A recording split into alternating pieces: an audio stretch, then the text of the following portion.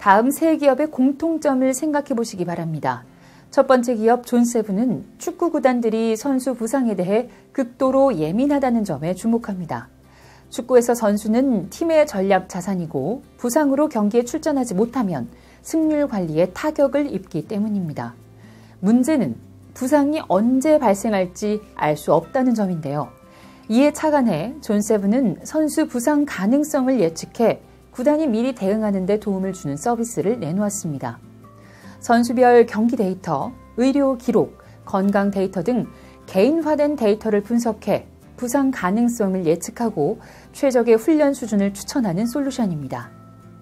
두 번째 기업 에톨라는 피부 상태에 맞는 화장품 선택을 어려워하는 사람들의 고민을 듣습니다. 에톨라에 가입한 회원은 앱을 통해 피부 건강 측정 서비스를 받고 계절별 날씨, 식이요법, 피부 산도 변화를 고려한 맞춤형 화장품을 추천받습니다. 고객은 에톨라의 구독형 서비스를 통해 매월 자기 피부에 최적화된 화장품을 받아 사용하게 됩니다.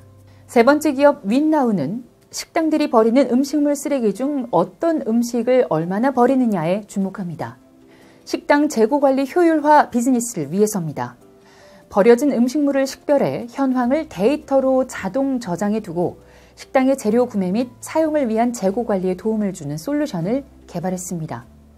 이로써 윈나우를 도입한 레스토랑은 1년간 음식물 쓰레기를 70%까지 줄이고 비용은 8%까지 절감하는 효과를 얻고 있습니다. 어떻게 이런 서비스들이 가능하게 되었을까요? 바로 인공지능 기술 덕분입니다. 인공지능이 축구선수 개개인의 경기, 의료, 건강 데이터를 분석하고 사람들의 피부 변화 데이터를 축적하며 식당 재고 관리 효율화 비즈니스와 결합해 새로운 부가가치를 만들고 있는 것입니다. 이제 인공지능이라고 하면 자율주행차나 유튜브 알고리즘만 떠올리는 시대는 지났습니다. 잘 알려진 혁신 기업만 인공지능을 활용한다는 생각도 틀렸습니다. 이제는 인공지능이 혁신 기업의 전유물이 아닙니다. 혁신 기업이 인공지능을 활용해 출시한 새로운 제품과 서비스를 경험한 고객은 더는 기존 제품을 선택하지 않습니다. 나아가 많은 사람이 인공지능 제품을 이용할수록 사용자 규모가 늘어나 인공지능은 더 많이 학습하게 되어 더욱 고도화된 제품을 만듭니다.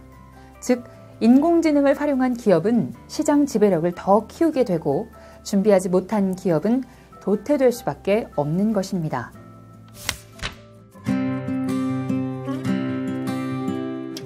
세계 최고 기업들은 어떤 인공지능 기술로 비즈니스를 혁신하고 있는가? 인공지능 기업이 되기 위한 인공지능 비즈니스 맵은 어떻게 그려야 할 것인가?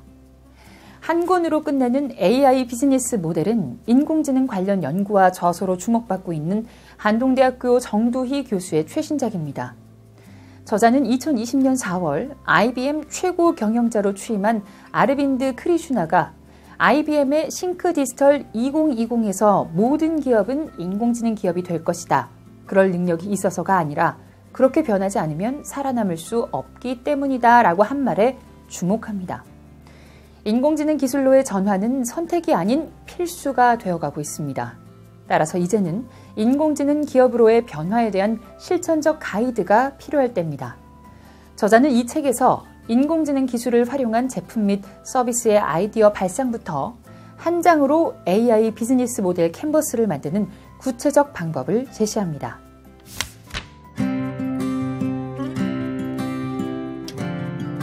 인공지능 비즈니스 모델을 설계하는 프로세스는 7개에 걸친 핵심 질문과 무려 20단계의 프로그램으로 이루어져 있습니다. 자칫 복잡해 보일 수 있는 과정인데요. 인공지능 혁신은 인공지능 기술을 통해 새로운 기능을 구현하는 일종의 기술 혁신입니다. 하지만 기업에서 실천 가능한 혁신이 되려면 비즈니스 모델까지 개발할 수 있어야 합니다. 따라서 20단계 프로그램은 단계가 많고 복잡한 과정이 아니라 실질적이고 구체적인 인공지능 비즈니스 모델 설계 방법입니다. 프로세스의 첫 번째 질문은 혁신을 이뤄낼 공간은 어디에 있는가 하는 것입니다. 기업이 인공지능 혁신을 하기 위해서는 인공지능의 속성을 이해해야 하는데 그러자며 문제 정의를 하고 인공지능 기능에 관한 지식을 갖춘 상태에서 문제를 바라봐야 한다는 것입니다. 특히 문제에 관한 정확한 파악이야말로 인공지능 혁신의 첫걸음이라고 저자는 말합니다. 두 번째 질문은 어떤 인공지능 기능을 사용할 것인가 하는 것입니다.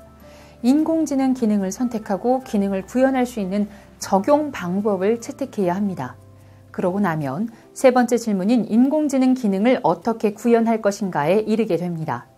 인공지능 기능을 구현할 최적의 알고리즘을 선택하고 외부 API를 소싱한 후 데이터 확보 및 품질 평가를 진행하는 단계입니다.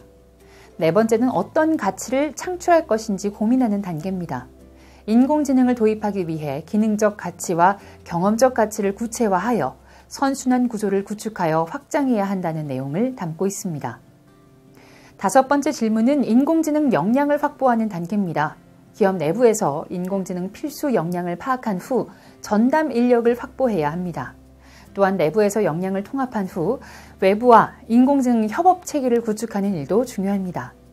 다음은 경영적 관점에서 인공지능 비즈니스 모델을 바라보는 단계입니다. 즉, 수익을 어떻게 창출할 것인가에 대해 답해야 합니다. 혁신의 ROI를 측정하고 보이지 않는 수익을 파악하는 단계입니다. 마지막으로 한 장으로 만드는 인공지능 비즈니스 모델 캔버스를 작성하는 단계입니다. 지금까지의 질문에 대한 답과 모든 아이디어를 한 장으로 정리하는 것이며 여기까지의 단계를 통해 저자가 제시하는 인공지능을 통한 혁신적 비즈니스 개발을 경험해 볼 수도 있습니다. 20단계 프로그램을 진행하는 과정에서 기업은 매 순간 직면하는 선택의 문제에 봉착합니다. 인공지능 이전에도 기업은 비용 최소화와 수익 극대화 사이에서 의사결정을 해야 했는데 이와 같은 선택의 문제는 인공지능 비즈니스 모델에도 여전히 중요합니다. 흥미롭게도 이에 대한 연구 결과 과감하고 도전적인 기업일수록 수익 창출에 무게를 두며 후발주자일수록 비용을 아끼며 소극적으로 혁신한다고 저자는 말합니다. 물론 저자는 과감하고 도전적인 기업을 높이 평가합니다. 이는 인공지능이 적용된 분야보다 아직 적용되지 않은 분야가 훨씬 많고 인공지능에 대한 접근 자체가 혁신을 기반으로 하기 때문입니다. 인공지능 혁신은 인공지능 기술이 만들어낼 거대한 기회를 획득하는 시작 단계입니다. 인공지능 기술이 반영된 제품 및 서비스는 시간이 지날수록 사용량이 많아질수록 발전하기 때문에 가치를 점진적으로 발전시키기 위한 장기적인 접근이 필요합니다.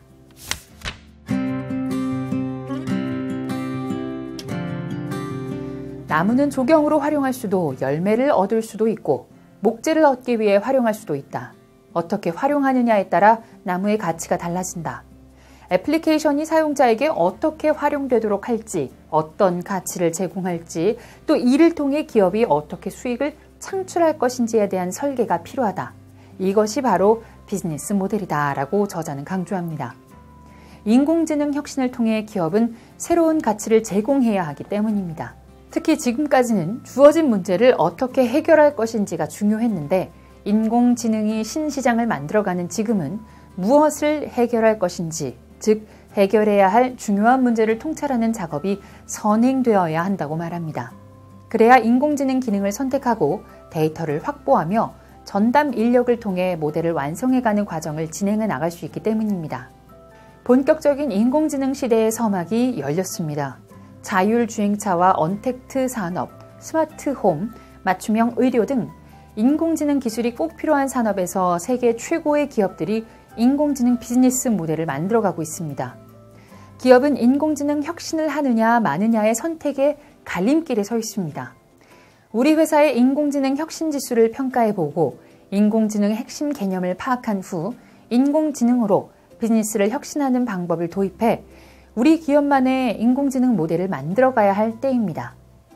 저자는 이 책의 서문 제목을 기회의 문이 닫히고 있다라고 했다는 점을 기억하시기 바랍니다.